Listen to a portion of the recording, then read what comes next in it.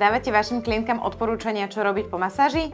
Nie? Poďme to spolu zmeniť. V tomto videu si povieme, aké odporúčania treba vašim klientkám dávať, keď odchádzajú od vás z ošetrenia. Za prvé, klientky sa môžu po ošetrení cítiť unavené. Prečo? Je to tým, že telo ste rozmasírovali, prekrvili, nastávajú tam mnohé procesy, aj detoxikačné, a klientka sa cíti ospalá, unavená, môže ju rýchlejšie stiahnuť na spánok. Je to úplne v poriadku. Unavené telo po masáži je normálna reakcia po masáži. Druhý tip, klientku môže po masáži bolieť hlava. Je to kvôli prekrveniu intenzívnemu a takisto detoxikačným procesom.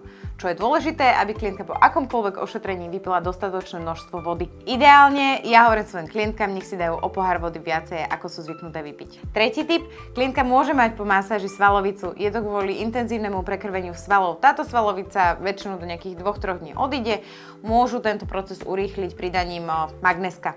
Takže nemusíte sa báť, svalovica po masáži je úplne normálna záležitosť. Aké dávate tipy vašim klientkám vy po masáži? Zaujíma ma to, preto mi to napíš do komentáru pod videom a nezabudni sledovať náš kanál a odoberať.